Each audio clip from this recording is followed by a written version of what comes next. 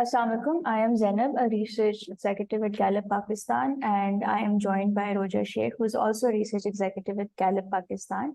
And today, in our series on the World Bank Enterprise Survey, we will be looking at workforce statistics for Pakistan, South Asia, and the world, and see what comparisons we can draw.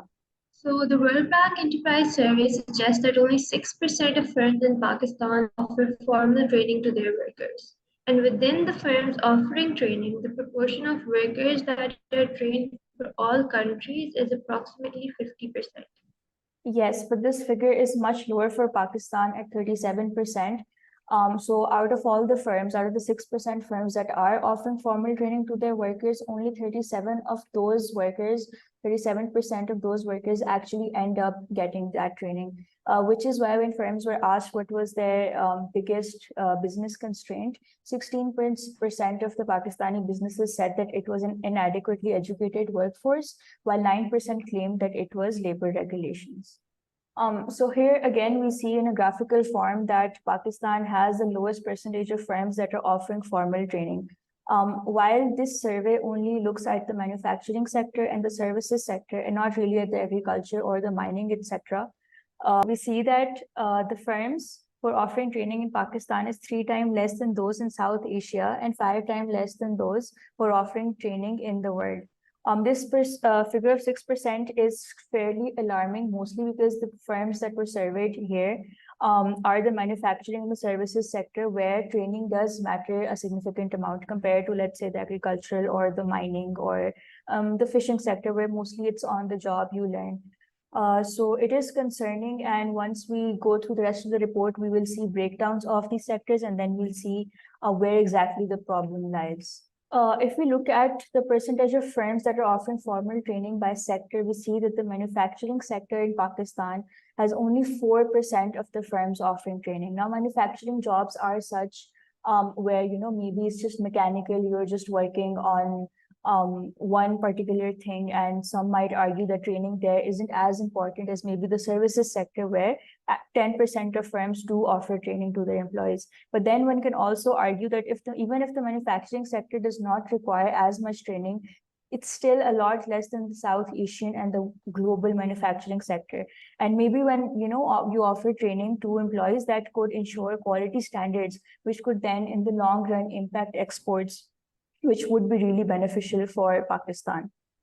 Another point that we should be considering when thinking about the manufacturing sector is that a lot of the work there is very technical. It involves higher grade machinery, which shouldn't really be allowed for unskilled workers to operate, which is why it also poses a possible harm and security and safety concerns for the workers which work within the manufacturing sector. That is actually a very fair point, which is why we see that, even when later we'll talk about the constraints, we'll see that labor regulations do come up as a constraint for companies as well. If we break down the manufacturing sector itself further, we see that in the textile industry, 10% of the firms still offer training to their workers. Now, keep in mind that this 10% is within the 4% overall manufacturing sector. So we cannot say that, it's a lot of companies, it's still not a lot. But even then, the least amount of companies or in the sector that offer training to their workers come from the non-metallic or the mineral products. Again, like you said, this is something very highly mechanical and technical. And these are also non-renewable resources that we're working with. So we need to train workers to make sure that they're handling product with care and ensuring safety and quality standards. Within the services sector, we see that the accommodation industry is offering, most of the companies there, 14% are offering formal training to their employees, which makes sense because, again, hotel staff, if they are well presented, if they know their craft, they will impact the industry a lot, especially since the tourism industry in Pakistan has been seen to recently flourish. We see that reflected in these statistics as well.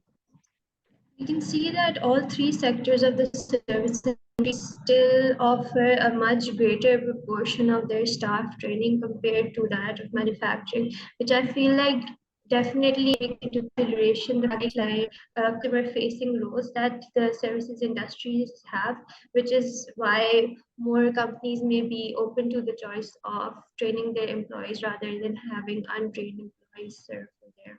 That is again a very fair point. And also we should still keep in mind that even these 14% or 10% companies in the services industry are a part of the overall 10% of the services industry. So it's still not that big an amount, and there should be policy safety measures or incentives or punishment for companies that don't abide by these regulations. Next, if we look at within the firms that are offering training, the proportion of workers that are actually trained. So in the previous section, we saw that only 8% of Pakistani firms were offering training to their workers. Now, in this statistic, we see that only 37% of employees in those 8% of firms actually end up getting trained. If we do the math, that comes down to only around 2%, which is again a very, very meager amount considering that we do have a very large manufacturing sector and they are mostly the primary exporters for Pakistan as well. For the world and for South Asia, this figure is still 10% or 12% larger. But Pakistan here is suffering in terms of training its workers on the job. And even for the firms that are offering training, ensuring that their workers actually end up getting trained. Like I said that, we've been talking about a lot of proportions and derivations. So here there's a chart that explains that. So Pakistan has, for example, 40% workers that were interviewed. Now, out of those 40%, 94% are permanent workers. And then out of those 94%, only 77% are production workers that work in the manufacturing sector. Then out of those 77%, the proportion of skilled workers is only 81%. So if we move on to the next graph, we will see that that comes down to only 23%. And we see that this is still higher than the figures in South Asia and the world, even though we did see that firms offering training in South Asia and the world were much higher. But if we do the math and we see the skilled workers with respect to the numbers of workers, we do see that Pakistan does have an edge. What this can tell us that if we start training our workers, this number could increase a lot more. And then again, something to be mindful of is the quality of the training itself, because it's easier to train workers on paper, but what is actually happening on the ground also needs to be moderated.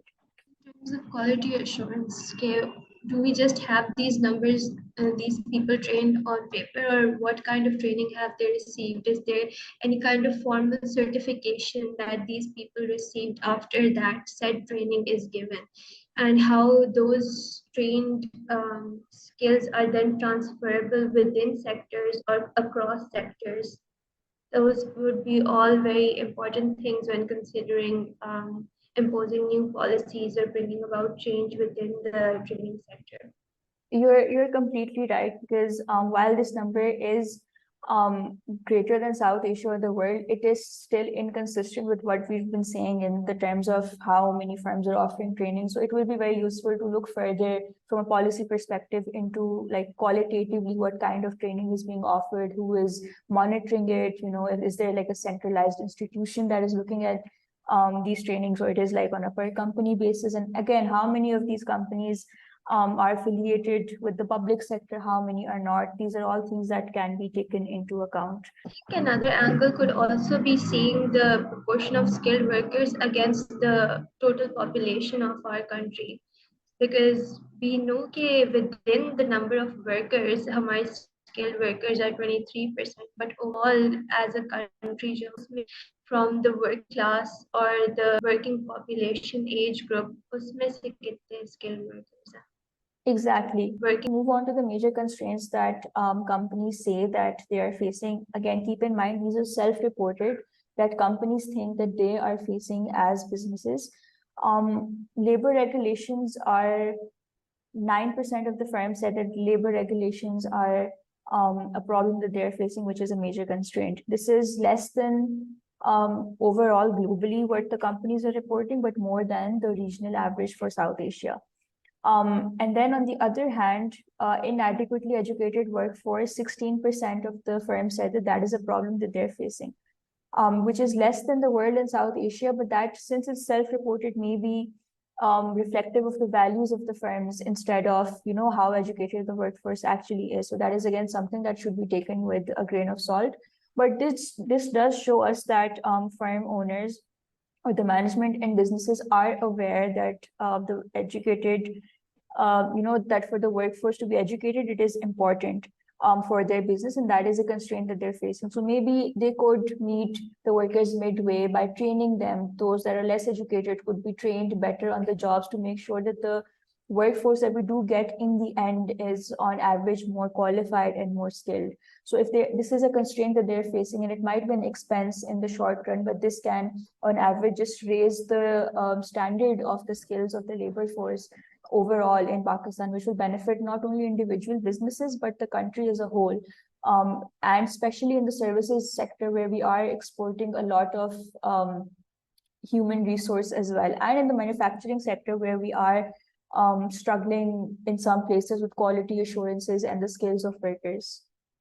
Side by side, if we see the numbers 9% against 16%, I think it's very like simple to say that nearly twice the number of firms believe that inadequate or uneducated workforce is a problem compared to labor regulations. And this is something that they could combat on an individual or firm-wide level. So I feel like this is definitely something that should be brought about in the forefront of labor regulations and you know making our labor force more skilled. Yeah, you're very right. That brings our presentation for the workforce statistics on the World Bank Enterprise Survey to an end.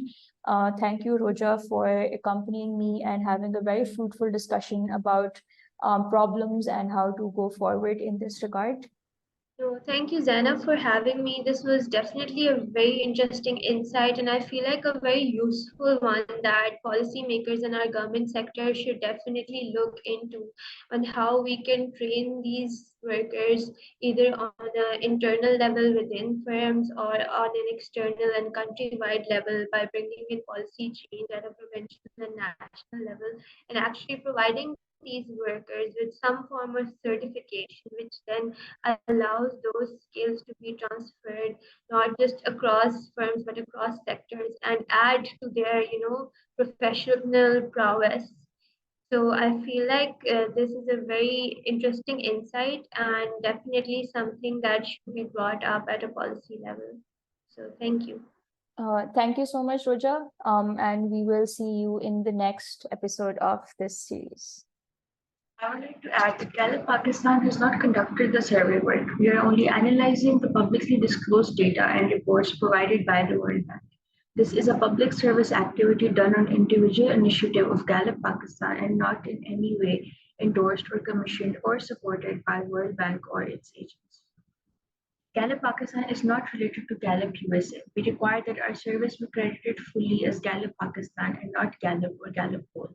We disclaim any responsibility for service pertaining to Pakistani public opinion except those carried out by Gallup Pakistan, the Pakistani affiliate of Gallup International Association.